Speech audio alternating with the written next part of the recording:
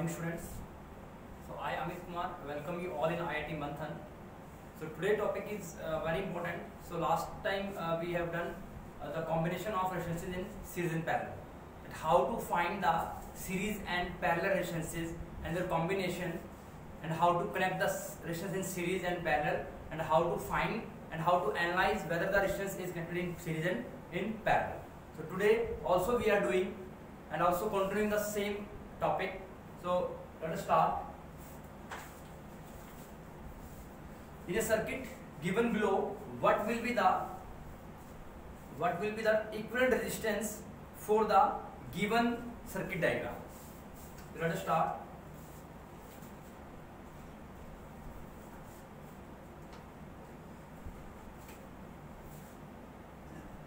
Problem 1.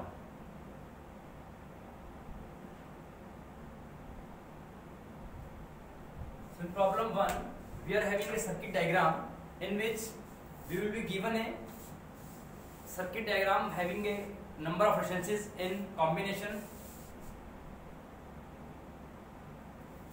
So diagram is like this.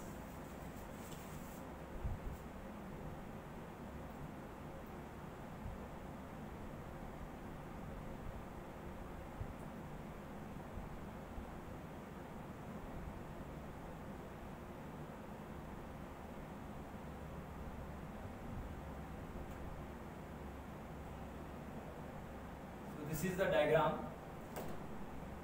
So I have already told you, मैंने आपको पहले ही बताया था कि रेजिस्टेंस को सीरीज और पैरेलल में निकालने के लिए सबसे पहले आपको ये पता करना है डायग्राम में कि रेजिस्टेंस आपका सर्किट डायग्राम में सीरीज में लगा है या पैरेलल में लगा है. उसके बाद ही आप उसका टोटल इक्विवेलेंट रेजिस्टेंस निकाल पाओगे. So this is the circuit diagram.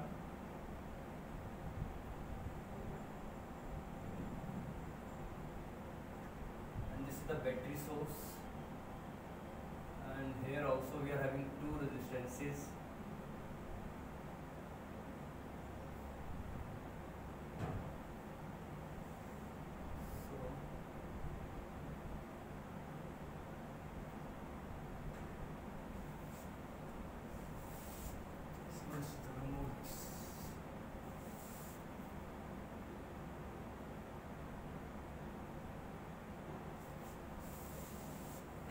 This is a circuit diagram given to us. So in the circuit diagram you can see we are having a supply source. हमारे पास एक supply source है, voltage source है, और एक combination यहाँ पर है और एक कॉम्बिनेशन हमारे पास ऊपर है.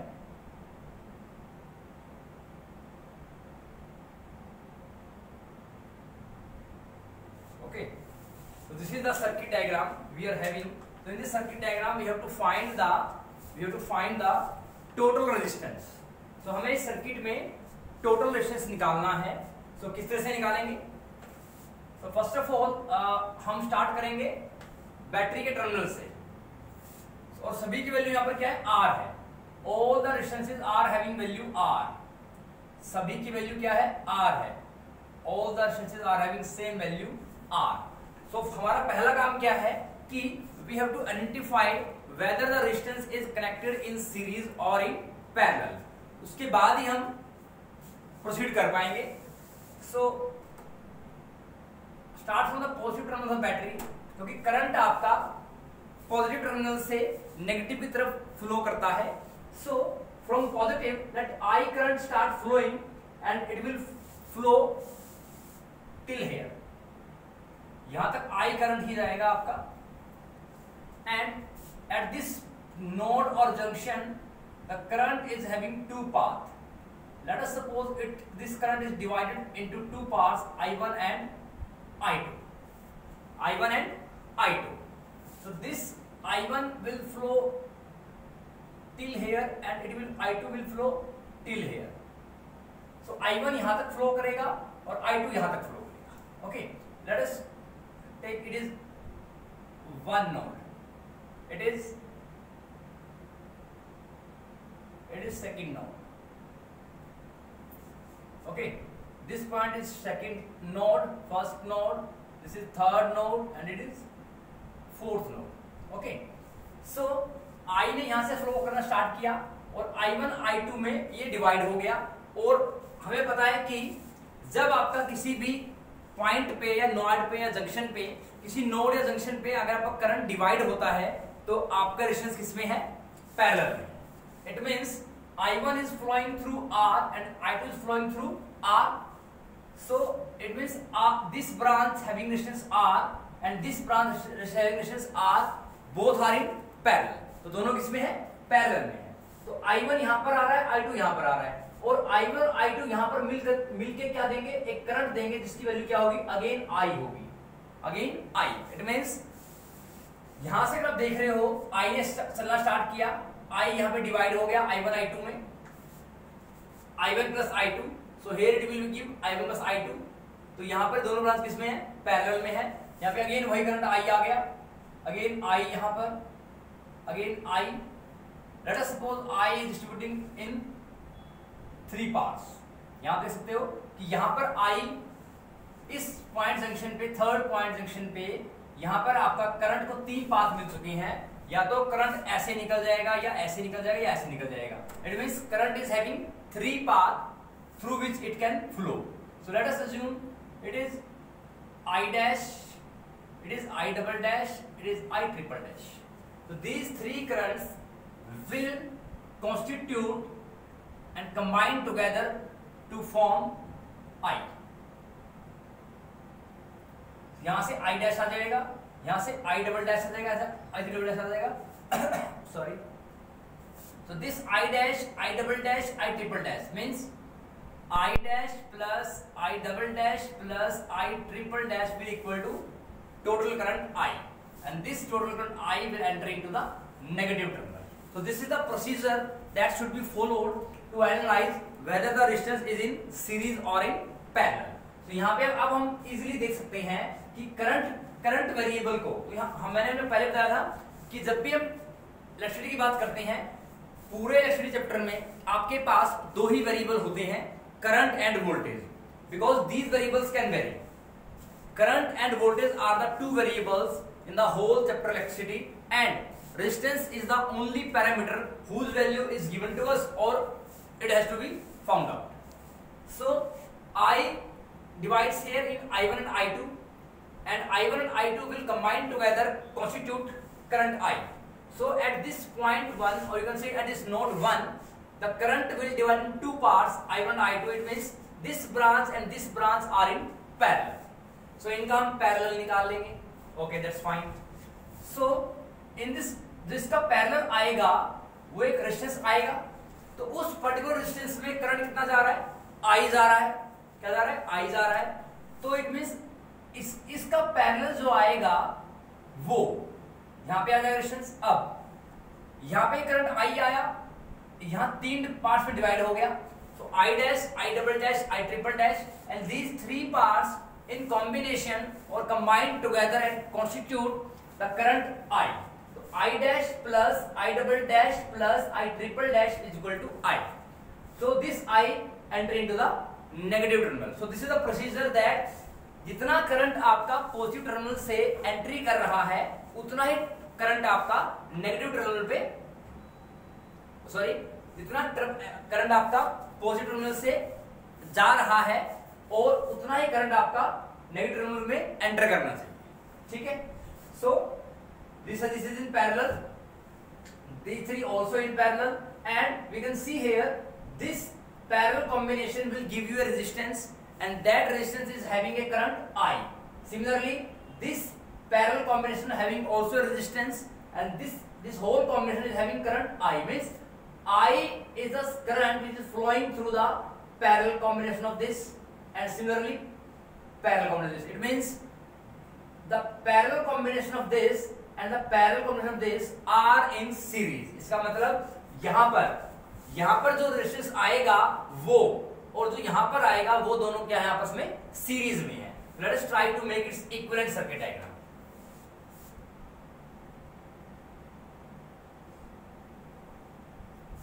यहाँ पर RP क्या आ जाएगा? RP will be equal to R into R and R plus R। कितना आ जाएगा? RP is equal to R square upon 2R. It means R by 2.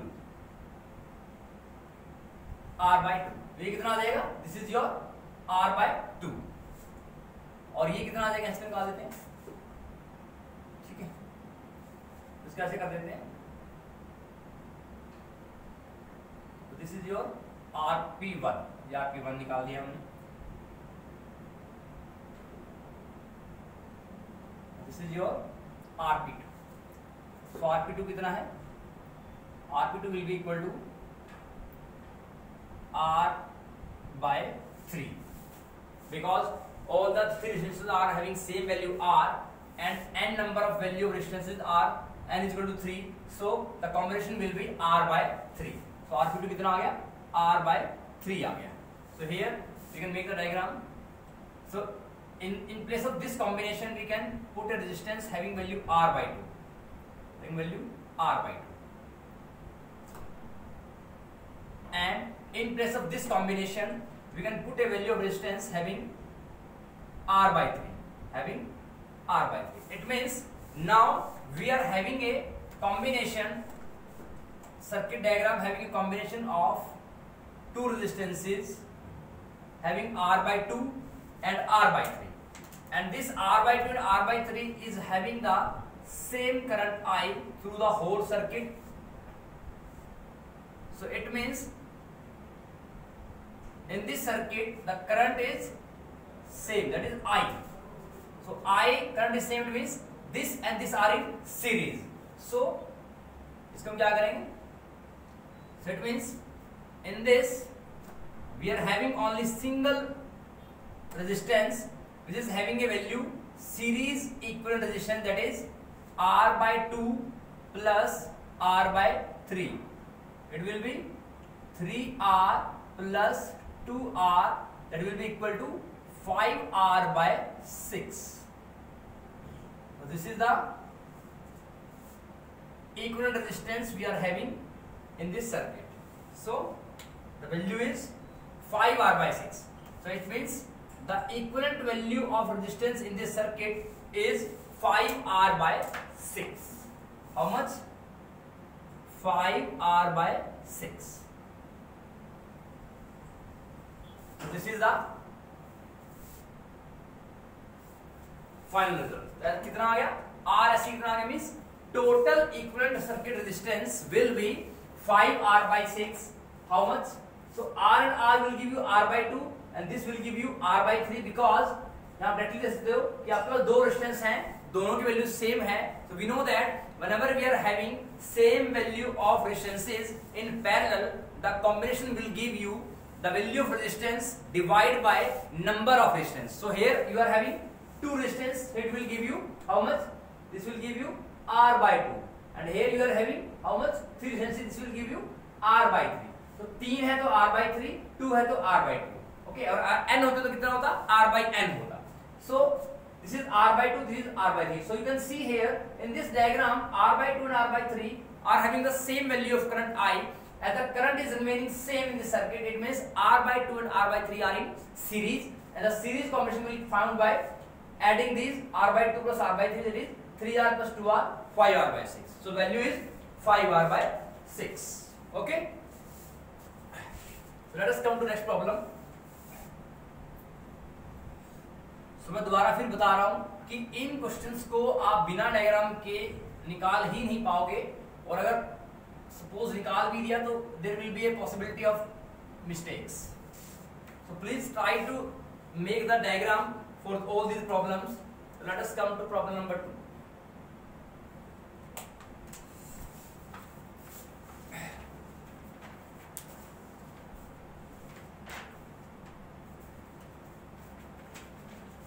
In problem 2,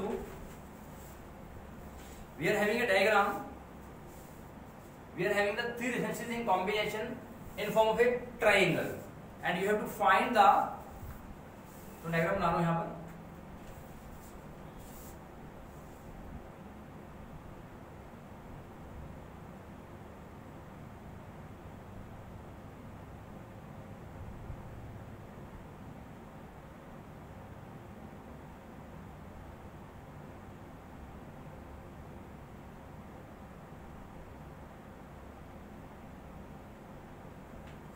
So we are having a diagram in shape of triangle PQR, PQR, and these the three sides of a triangle, having resistance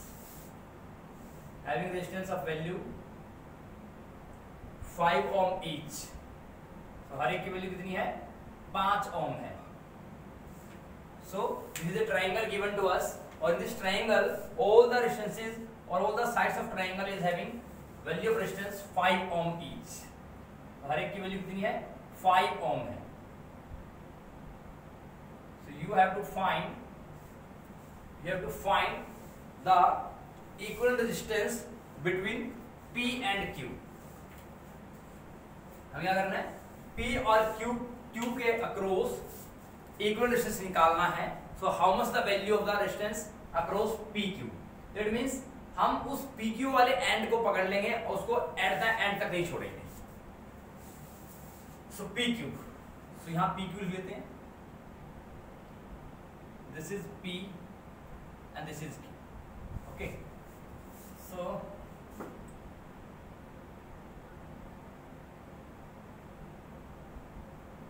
this is PQ.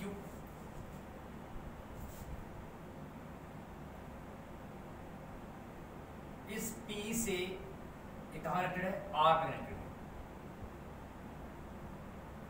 यहाँ पर R लिख देते हैं और ये R से Q पे connected. ठीक है.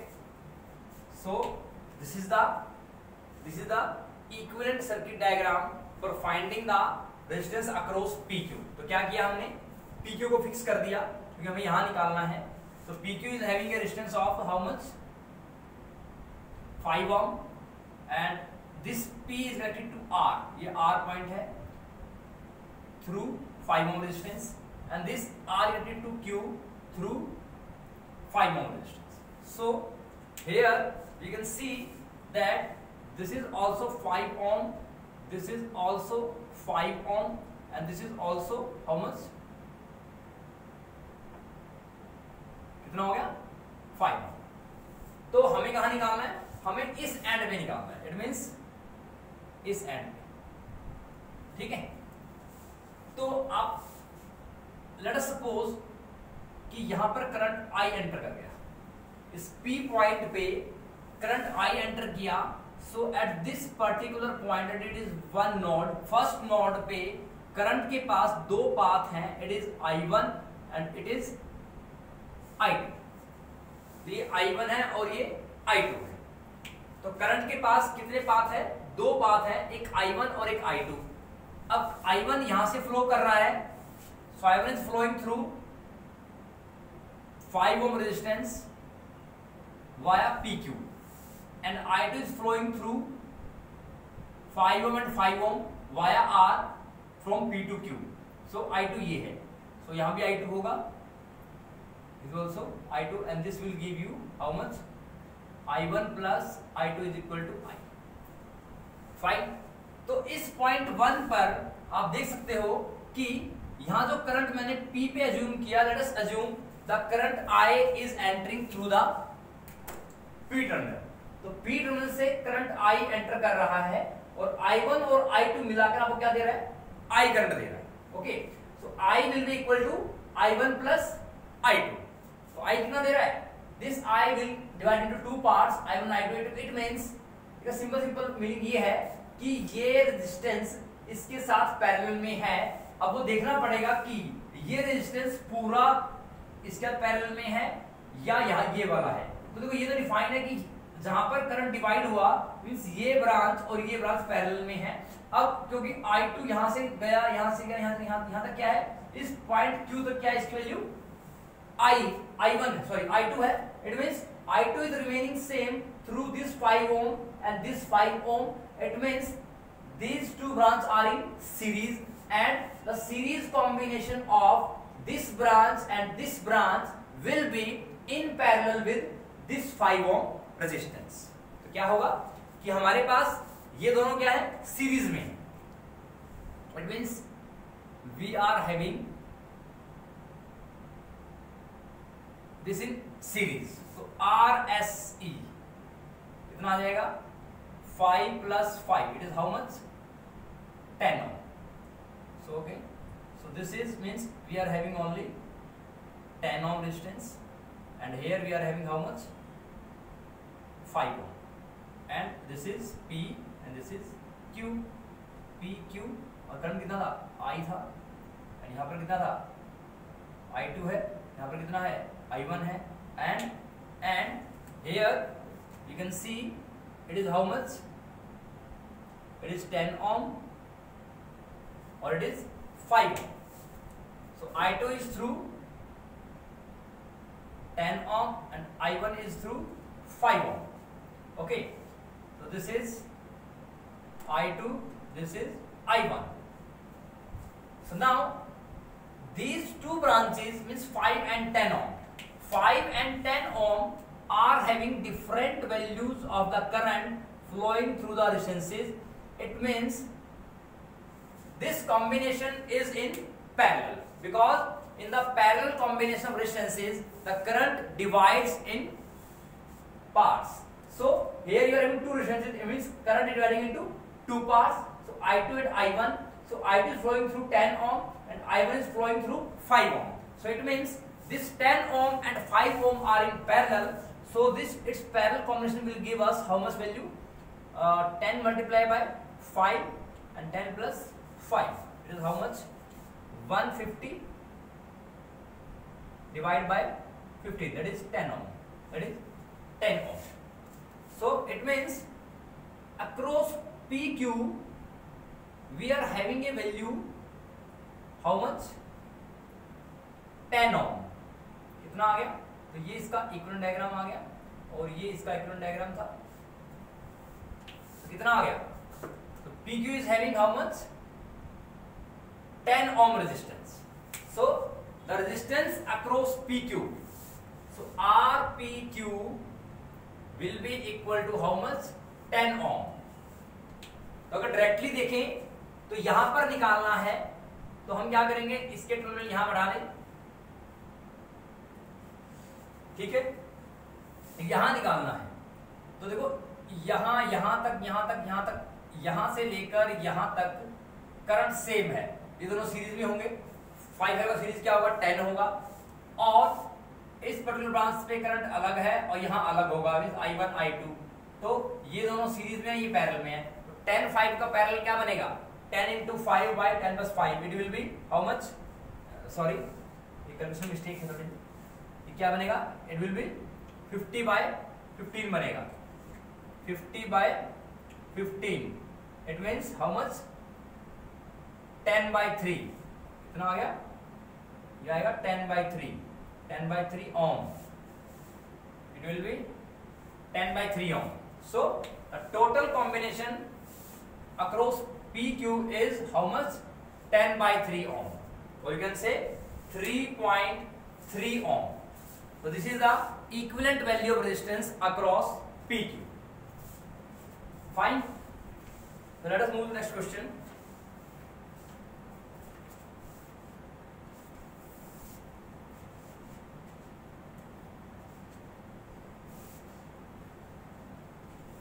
Problem 3. So problem 3 is having a combination of resistances, that is the diagram is given to us. So 3 10 ohm के रेजिस्टेंस है और एक 20 का और दो 20, तो इससे कनेक्टेड है. See, this is the diagram.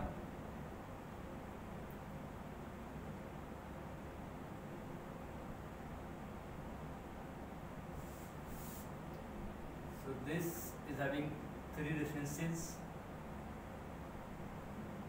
It's fine. So it is having a single resistance, and it is having 2 resistances.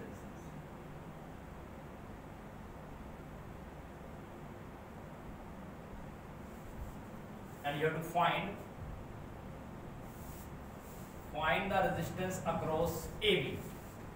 तो इन सभी को वैल्यू में लिख रहा हूं. तो ये आपका सर्किट डायग्राम है. तो in this circuit diagram these are all of 10 ohm. These are all of 10 ohm. 10 ohm के हैं सभी. And this is of 20 ohm. And this is of also 20 ohm. इसका मतलब क्या हुआ कि ये सभी कितने हैं? 10 ohms के हैं. 10 ohm, 10 ohm, 10 ohm. This is of 20 ohm. This is of 20 ohm and 20. You have to find the resistance across AB. तो हमें यहाँ पर क्या करना है? We have to find the resistance across AB. Means RAB निकालना है. Equivalent value of resistance across this A and B. तो similarly वही प्रोसीजर फॉलो करेंगे कि किसी भी एक टर्मिनल से आप करंट एंटर करवाइए. Let us assume I current is entering through this terminal. Let us it is first node. First node लिया. सो I जब यहां पर एंटर किया, सो I के पास 3 पाथ है.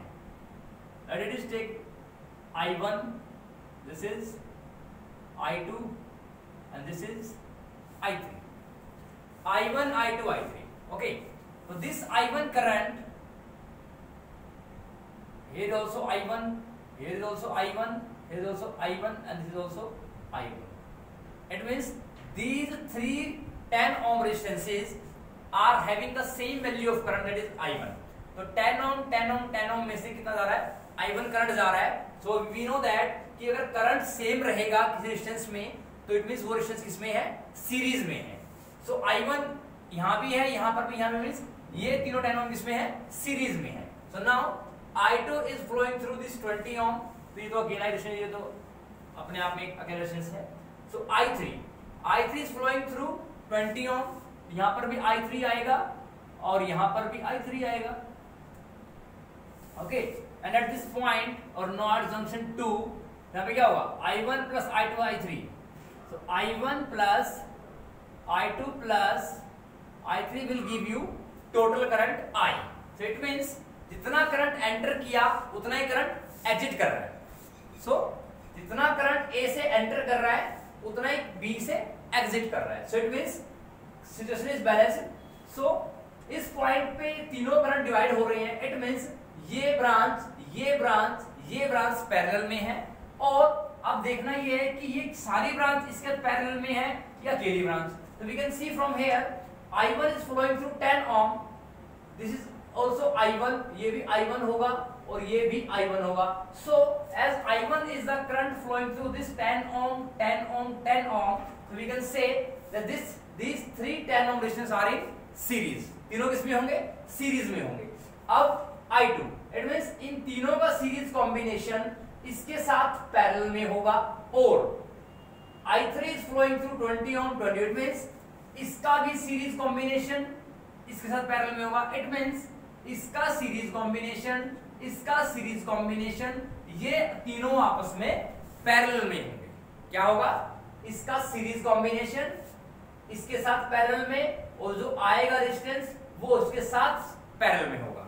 Okay, so let us try to make it equivalent circuit diagram. So इसका क्या बनेगा? RSC. मैं इसका RSC 1 निकालता हूं. कितना आएगा? 10 plus 10 plus 10. It is how much? 30 ohm. So RSE 1. तो फर्स्ट ब्रांच का करंट I1 जा रहा है, तो इसका सीरीज रेजिस्टेंस निकाल दिया. कितना आ गया? 30 ohm आ गया. ये है 3. सो RSE 3 ये कितना आएगा?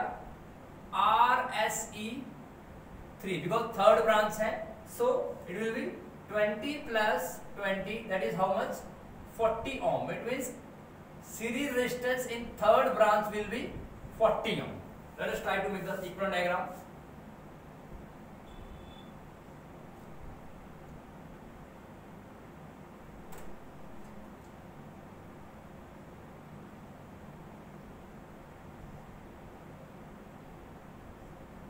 This is A, this is B.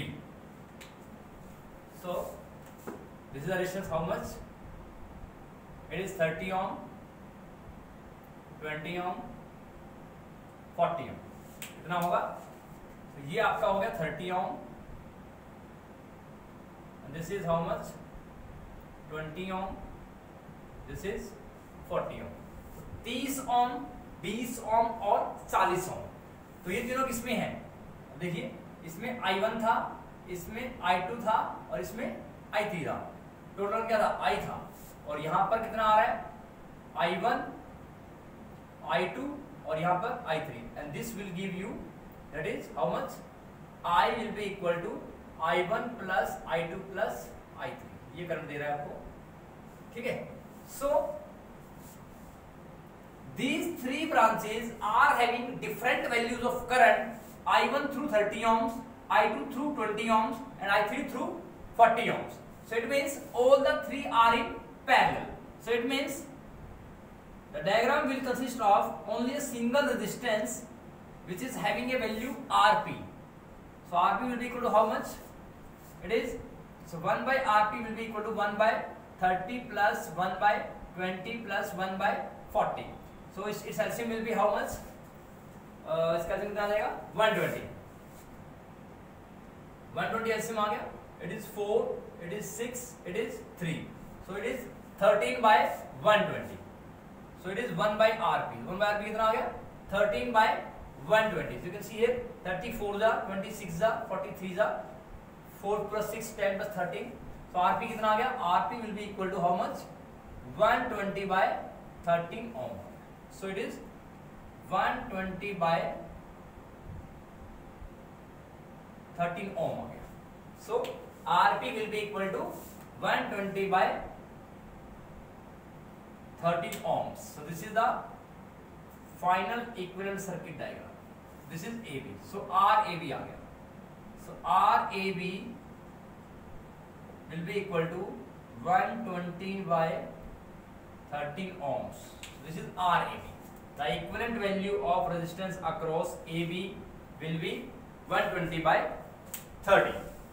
120 by 13 ओम आ गया. So you can see again तीनों का सीरीज कितना आया?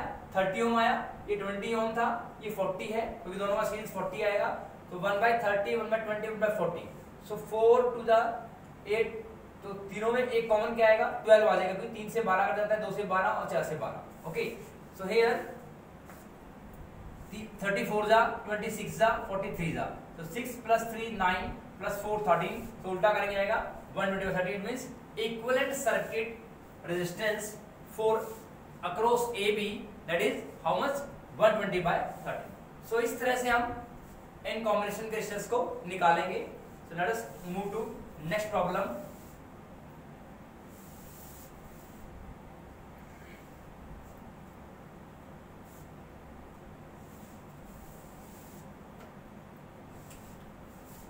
Problem 4.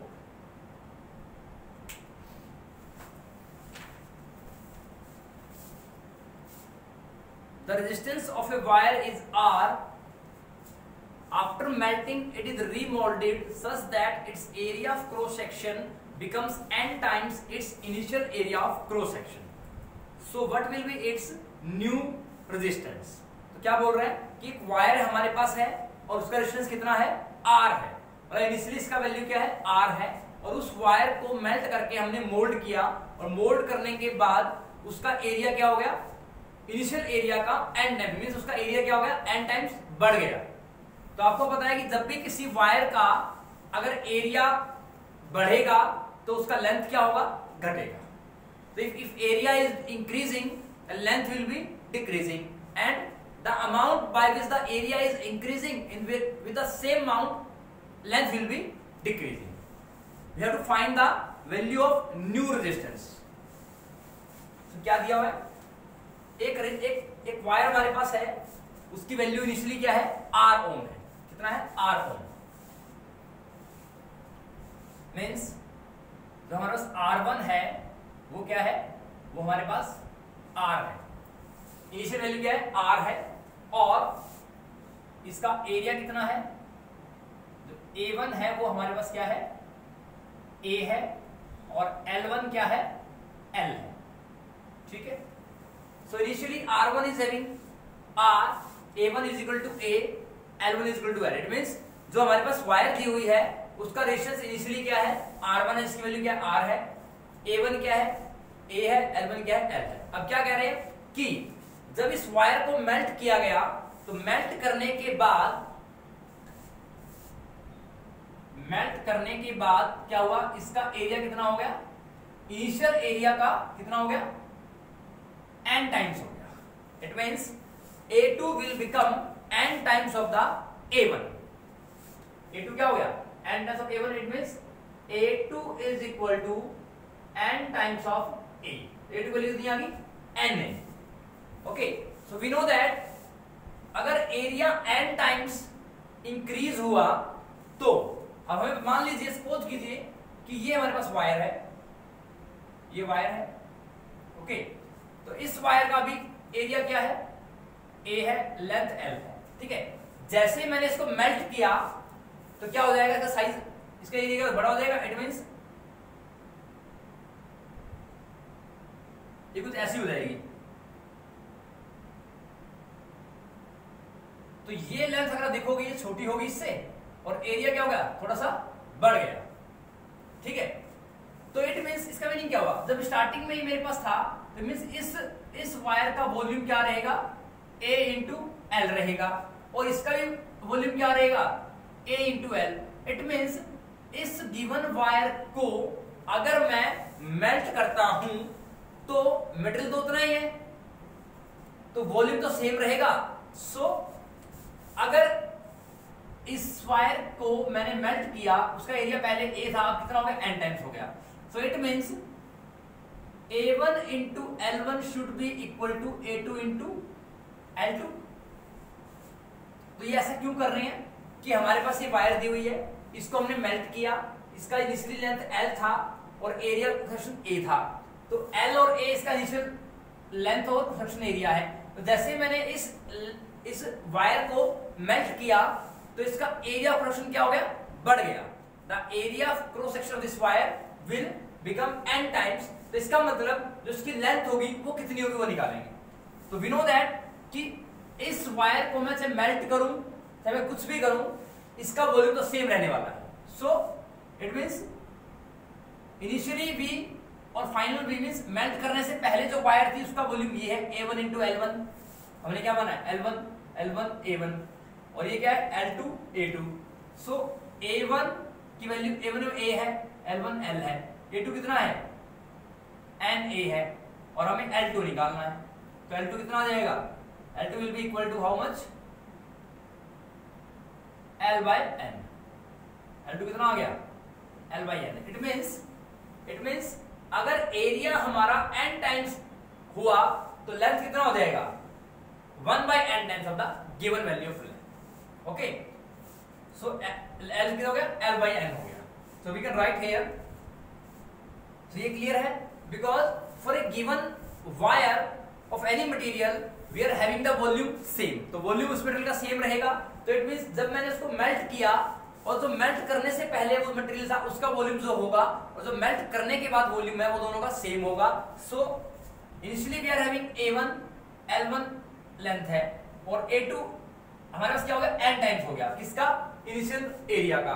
तो हमें L2 निकालना है, L2 क्या बनेगा, L by n। It means अगर मैं एरिया को n से मल्टीप्लाई कर रहा हूं तो लेंथ मेरा n से डिवाइड हो जाएगा। इट मींस अगर यहाँ n टाइम्स एरिया हुआ तो यहाँ पर क्या हो जाएगा, 1 by n times of the given length of the wire, and we know that length and area are both are reciprocal to each other. So sorry, not reciprocal, it will be inversely. L2 कितना आ जाएगा, L2 will be L by n. तो R2 मुझे निकालना है। तो अब ये क्वेश्चन पूरा है, मींस हमारे पास इनिशियल रेजिस्टेंस भी है, initial area of cross section भी है, इनिशियल लेंथ भी है हमारे पास, और आफ्टर मेल्टिंग उसका एरिया कितना आया वो भी है, और उसका लेंथ कितना हुआ वो भी है, by using volume concept. Okay, so now we are having a formula R is equal to rho L by A, और हमें पता है कि मान लो हम मटेरियल कोई भी यूज कर रहे हैं तो किसी भी गिवन मटेरियल का रो मींस रेजिस्टिविटी सेम रहती है। Resistivity of a given material always remains constant, so it means rho will not change for this case and this case. That means यहां पर भी रो रो होगा और यहां पर भी रो रो होगा। Okay, let us apply the formula. R is equal to rho L by A, ये फॉर्मूला हम यूज करेंगे। Let us apply in the first. So R1 is equal to rho L1 by A1, L1 by A1, and here R2 is equal to rho L2 by A2। So R1 की value कितनी है? R है, रो is a constant, L1 is L and area is A. Okay,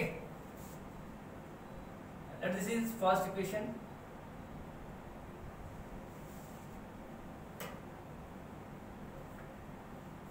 R2 कितना आ गया? रो L2 कितना है? L by N है, और एरिया कितना है? NA है, तो ये कितना आ जाएगा? R2 will be equal to how much? Row L by A into 1 by N square, 1 by N square. So R is equal to rho L by A, ठीक है? तो ये अब देखिए ये क्या है? R row L by A, और इसकी वैल्यू क्या है? R है, so R2 will be equal to R into 1 by N square. So you can say that new value of resistance will be 1 by N square times of the given value of the resistance. तो नई value क्या हो जाएगी? नई value हमारी क्या होगी? It is 1 by N square of the given value of resistance. So let us again understand. तो हमारे पास given वायर का रेजिस्टेंस R दिया हुआ है, area of resistance is A, L1 is L, ठीक है? तो क्या कह रहा है कि जब मैं उस पर्टिकुलर गिवन मटेरियल की वायर को मैं मेल्ट करता हूं, और मेल्ट करने के बाद रीमोल्ड करता हूं, तो उसका एरिया क्या हो जाता है? गिवन एरिया का n टाइम्स, मींस n गुना हो गया। तो अब हमें पता है कि ये मटेरियल मेरे पास है, इसको मैं मेल्ट करूंगा तो मेरा मटेरियल तो सेम रहने वाला है। It means before melting and after melting its volume will remain same. So bye using volume concept, V of this material before melting and after melting will be same. It means A1 into L1 is equal to A2 into L2. A1 कितना है? A है, L1 कितना है? L है, A2 कितना है?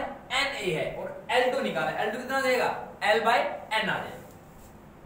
So A2 भी आपके पास हो गया, L2 भी हो गया। Now apply the formula R is equal to rho L by A. So resistance will be equal to resistivity of the material multiplied by length of the wire by the area of the wire. So R1 for first one initial के क्या होगा? R1 क्या होगा? रो L1 by A1, because rho is a constant, so it is not ρ1 ρ2 because it is same value. So R1 is equal to rho L1 by A1, R2 will be equal to rho L2 by A2.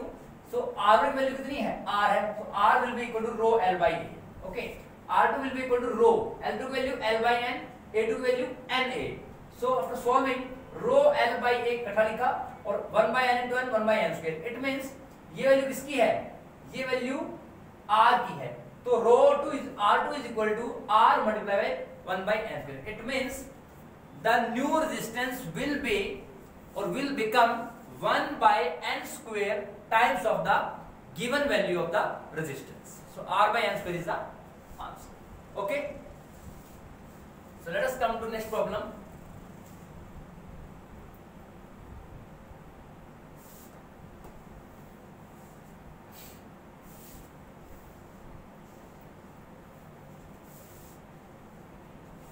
Problem 5.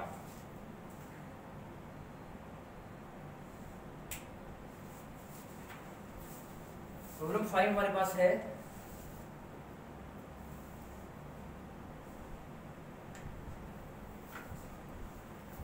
To wires of same material, दो wire हमारे पास है और same material के हैं। देखिए same material का मतलब ये है कि क्वेश्चन में वो कहना चाह रहा है कि जिस मटेरियल को हम यूज कर रहे हैं वो दोनों सेम है और सेम गिवन मटेरियल की रेजिस्टिविटी सेम रहती है। इट मींस इस क्वेश्चन में वो ये कह रहा है कि रेजिस्टिविटी आपकी सेम है। So two wire of same material have length L and 12 and cross sectional area is 4A and A. Find the ratio of their resistances.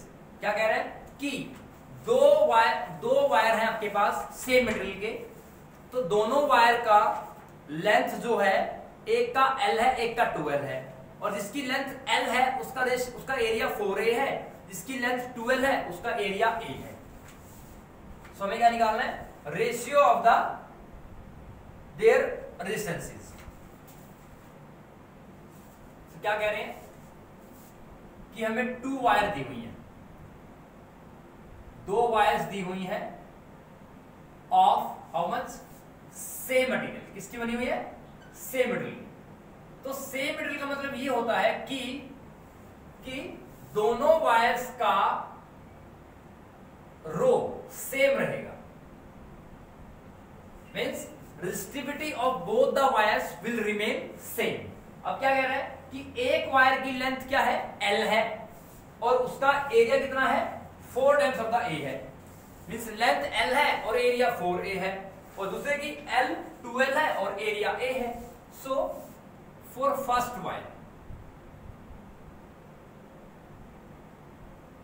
Wire L1 is L and A1 is 4A, और रो तो वही रहेगा, रो तो वही resistivity है। और क्या है, हमें क्या निकालना है?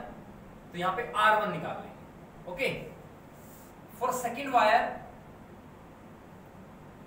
L1 कितना है? सेकेंड वायर के लिए L1 is 2L and A1 is L2 is 2L and A2 is A and rho is rho and we have to find R2। Okay, क्या करेंगे? हमारे पास 2 वायर हैं, दोनों सेम मटेरियल के, मींस रो सेम है। ये डिफाइन हो गया कि रेशियो सेम है। पहले वायर की लेंथ L है, उसका एरिया 4 टाइम्स ऑफ एरिया है, और रो तो सेम रहेगा, R1 निकाल लेंगे। L2 क्या है? 2L है, और A2 क्या है? A है, रो सेम है, R2 निकाल लेंगे। लेट अस फाइंड R1 कितना आएगा? R1 is equal to rho L1 by A1। R1 is equal to rho L1 is L, it is 4A। okay, that means R1 will be equal to rho L by A multiplied by 1 by 4। okay, come on to R2 is rho L2 by A2, so it means R2 will be equal to rho L2 is 2L and A2 is A, so it will be how much? R2 will be equal to rho L by A into 2। so R1 R2 we are having। इसके बाद आप ये question खत्म करोगे। एक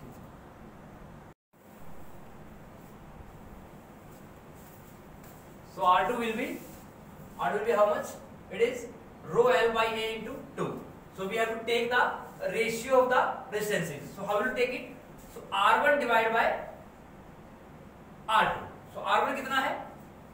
R1 will be equal to rho L by A into 1 by 4 divided by R2 is rho L by A into 2। so R1 R2 कितना आ गया? R1 by R2 will be equal to how much? It is 1 by 8। so the ratio of the resistances for the 2 wires of same material will be 1:8। कितना आ गया? 1:8 आ गया। Okay,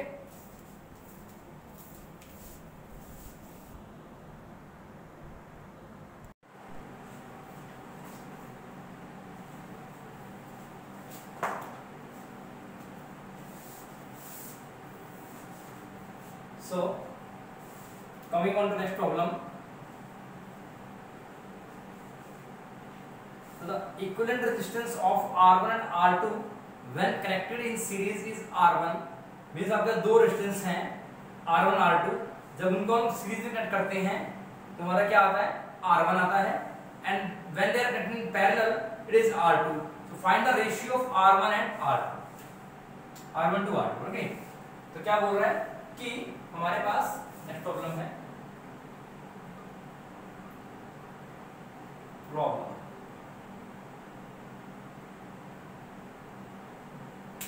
तो given है R1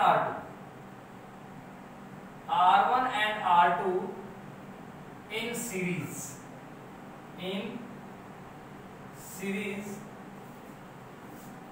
क्या ले रहे हैं?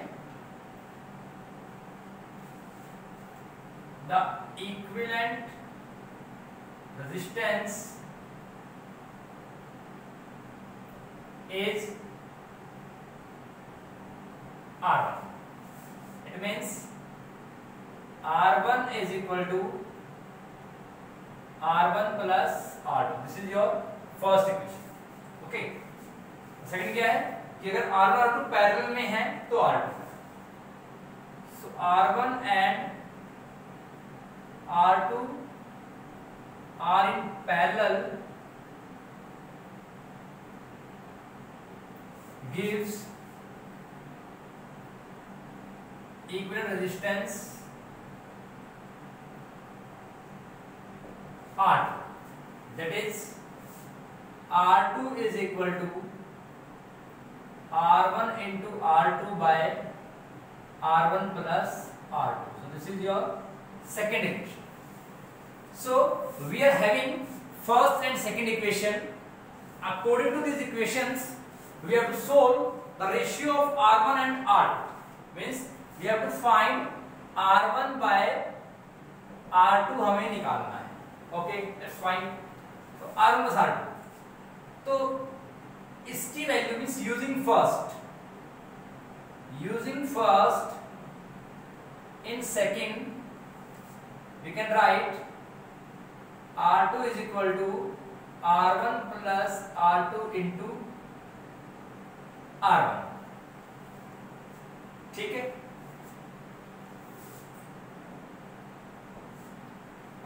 तो वैल्यू क्या आ गई?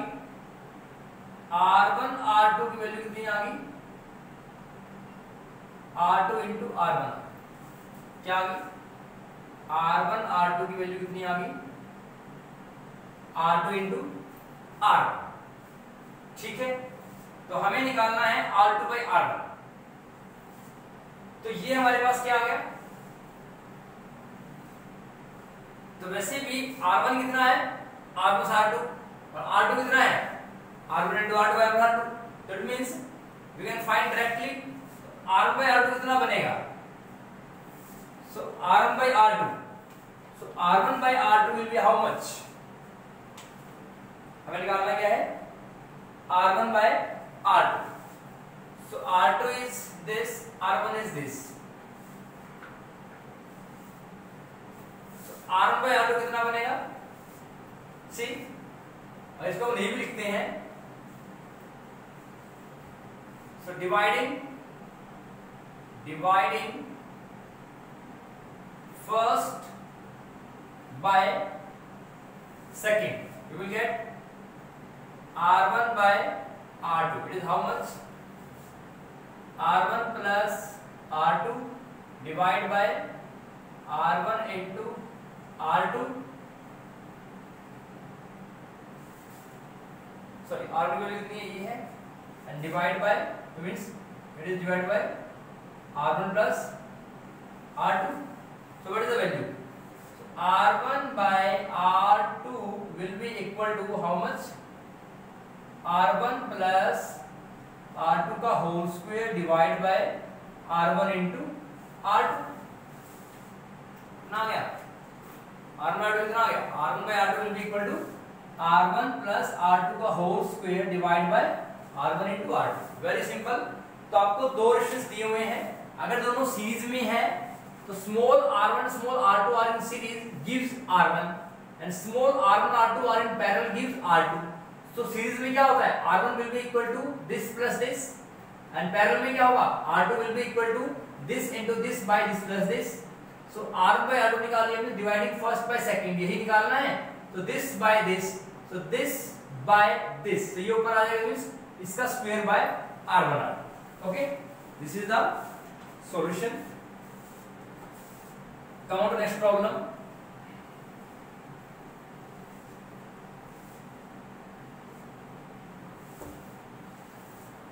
तो नेक्स्ट प्रॉब्लम में हमें क्या करना है,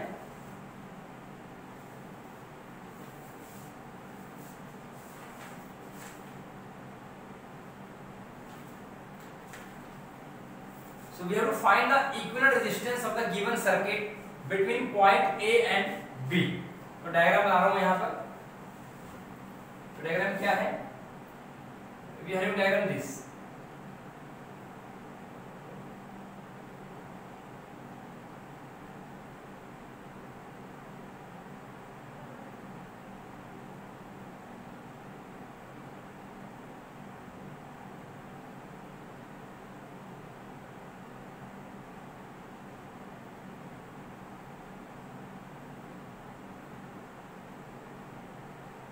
This is A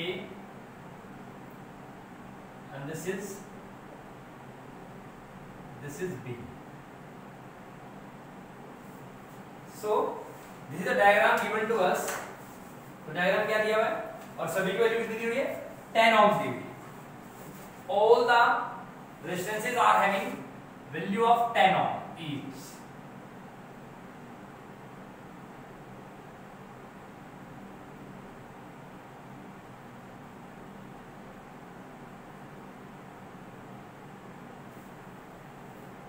तो हर एक की वैल्यू कितनी है, 10 ओम है। तो हमें निकालना है ए और बी के अक्रॉस इक्विवेलेंट रेजिस्टेंस निकालना है। 10 ओम 10 ओम 10 ओम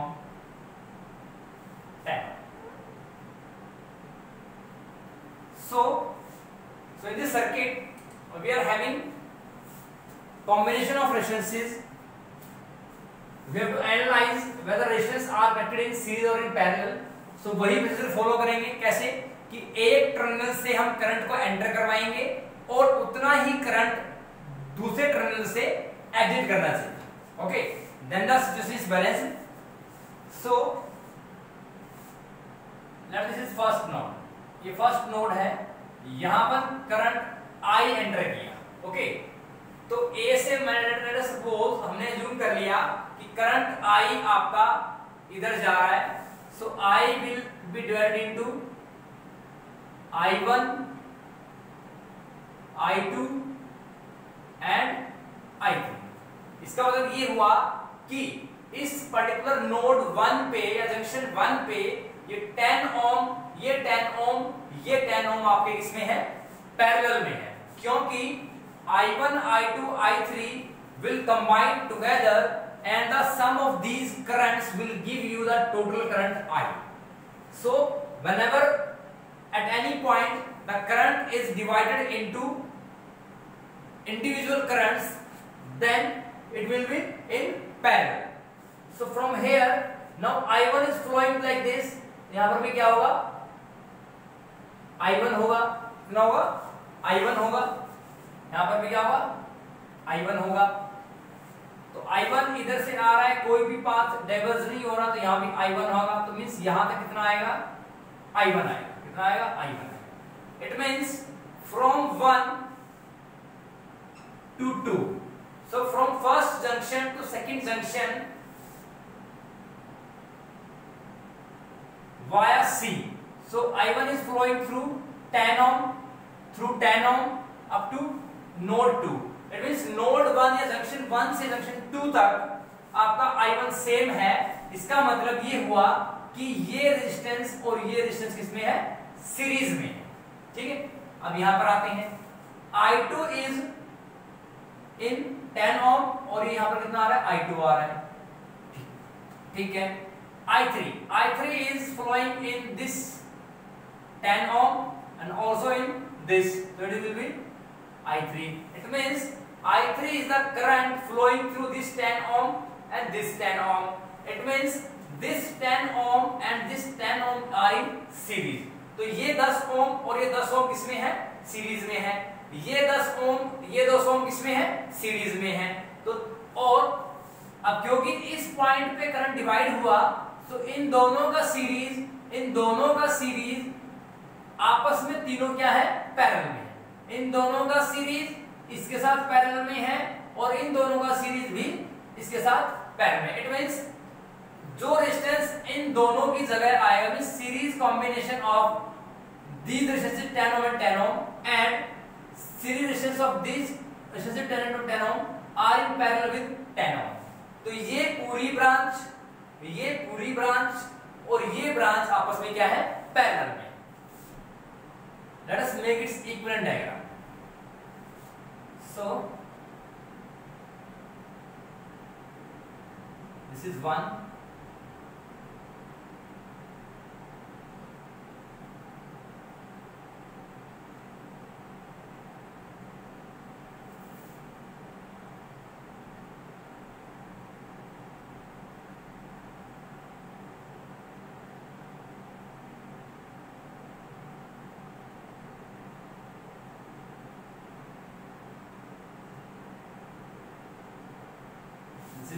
A, this is B.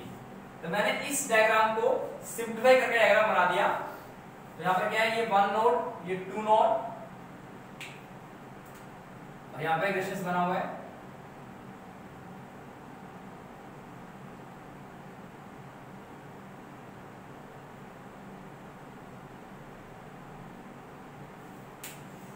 So here this is 10 ohm. This is 10 ohm. This is 20 ohm. This is 10 ohm. This is 10 ohm. तो देखिए, अब देखिए ये 1 से 10 10 2 पे, ठीक है, ये चीज, ठीक है, ये चीज. तो this is I1 I1 I1 I2 I2 I3 I3 I3. So 1 2 2 10 ohm 10 ohm 10 ohm 10 ohm I1 I1 I2. Okay, this is I2 I2 1 2 1 2 then 10 ohm 10 ohm 10 ohm 10 ohm I3 I3 I3. Okay, तो मैंने इसका क्या कर दिया, simplified मैंने इसका circuit बना दिया. ये बन जाएगा. अब ये दोनों किसमें है, सीरीज में है. ये दोनों भी सीरीज में है. तो इन दोनों का सीरीज आपस में ये क्या है, पैरेलल में. क्या बनेगा,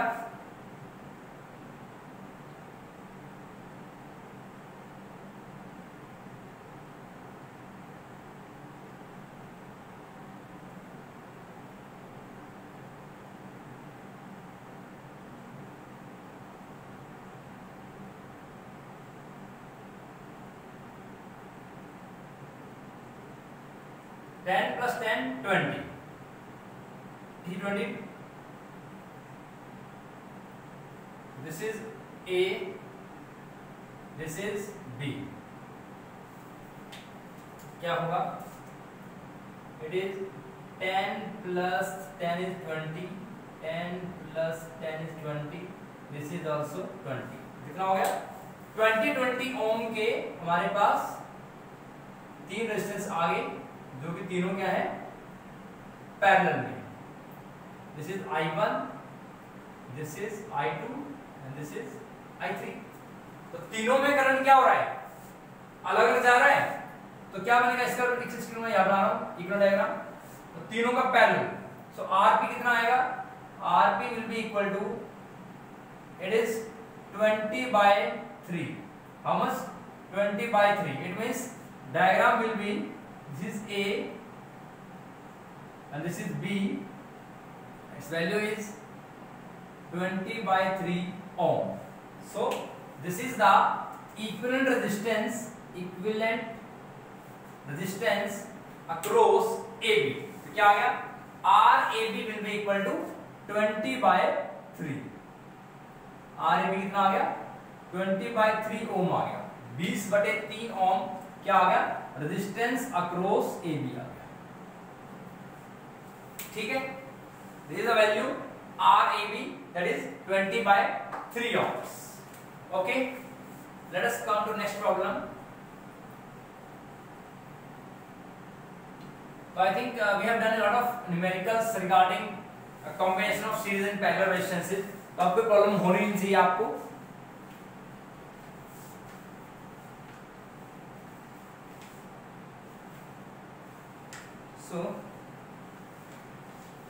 the equivalent resistance between any two opposite corner points of a quadrilateral if the sides of the quadrilateral are of equal resistance R? क्या कह रहे हैं कि अगर किसी भी क्वाड्रिलेटरल के कॉर्नर पॉइंट्स को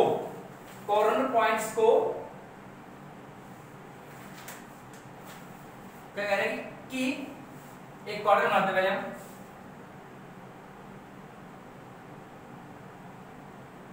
this is quadrilateral,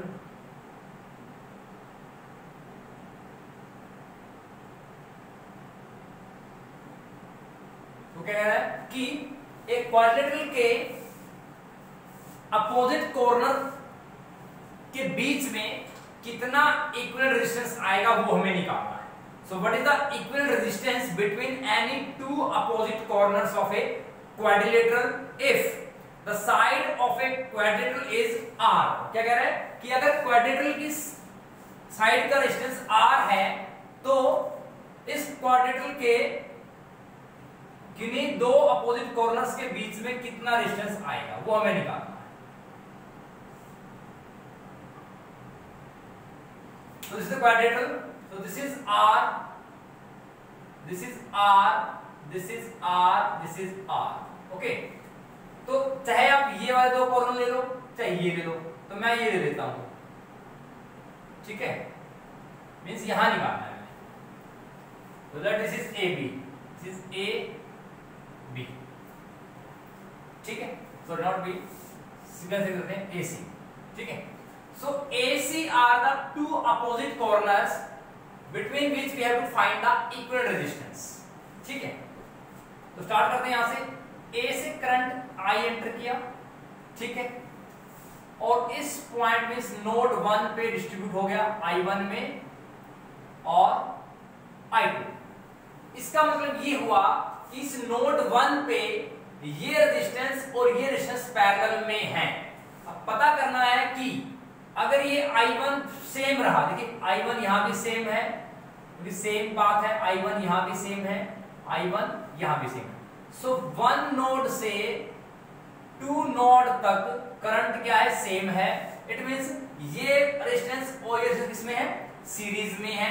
similarly this I2 is same in R, same in this R till node 2. Means पहली नोड से दूसरी नोड तक क्या है, वाया D सेम है. पहली नोड से दूसरी नोड तक वाया B सेम करंट है. It means R and R, this R and this R are in series, and this are in series, and the series combination of this means series combination of this and series combination of this are in parallel. In तो क्या करेंगे, इसका equivalent diagram बनाएंगे. क्या बनेगा, this is A and this is the equivalent circuit diagram for this. This is C. So this is R, this is R, this is R, this is R. Okay.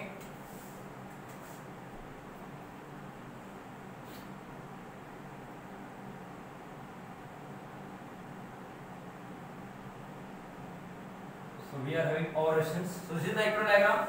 So from here, this is node 1. Node 1. This is I1. Up to here it is I1. Node 2. It is I2 up to here I2. So R plus R means series. तो इसका series इसके series के साथ parallel में है. तो क्या बनेगा,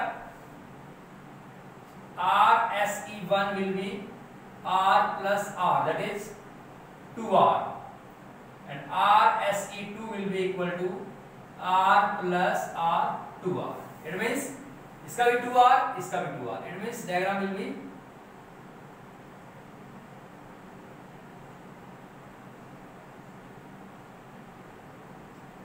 A B, I1 I2, I1 I2.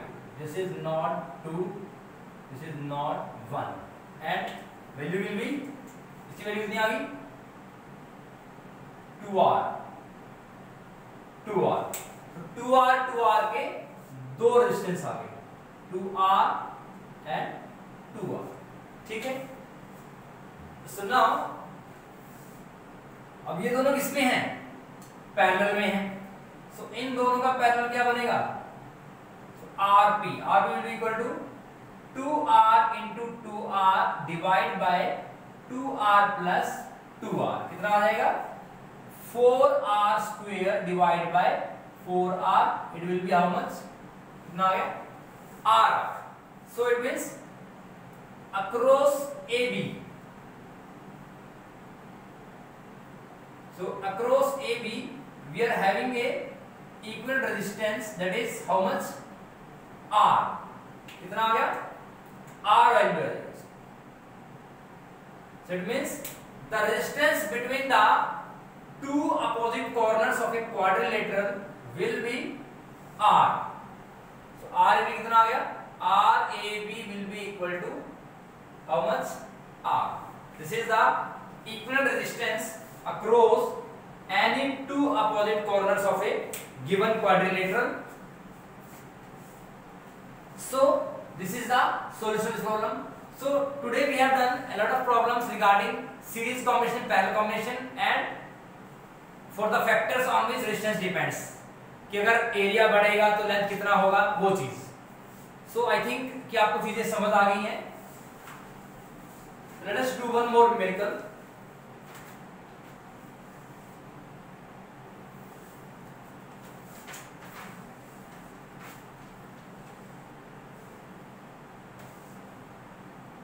The question is, a wire of resistance R is stretched to 3 times of its original length. तो क्या कह रहा है कि एक वायर है, उसको हमने खींचा और इतना खींचा कि उसकी लेंथ क्या होगी, गिवन लेंथ की 3 गुना होगी। मतलब मान लो एक ये वायर ये वाली है, इसको मैंने दोनों तरफ से पकड़ के खींचा और खींचने में क्या हो गया, इसकी लेंथ जो अभी है 3 गुना हो गई, और हमें क्या निकालना है, न्यू रेजिस्टेंस निकालना है। क्या निकालना है, न्यू रेजिस्टेंस।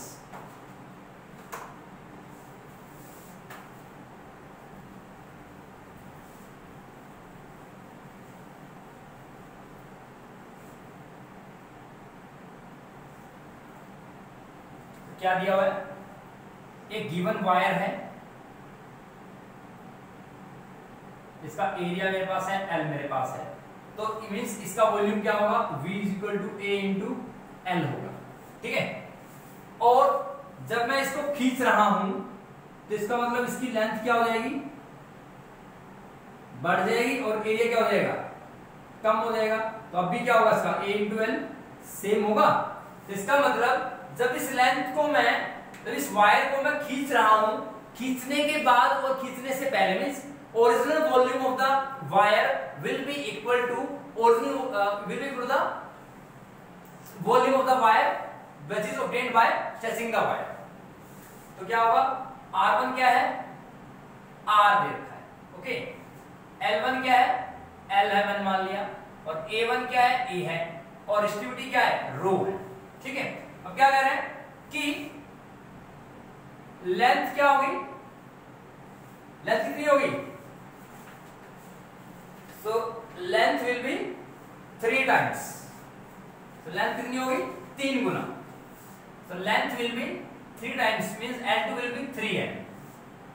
तो वॉल्यूम कॉन्सेप्ट के according A1 into L1 equal to A2 into L2। तो A1 क्या है, A है, L1 L है, A2 निकालना है, L2 कितना है, 3L है।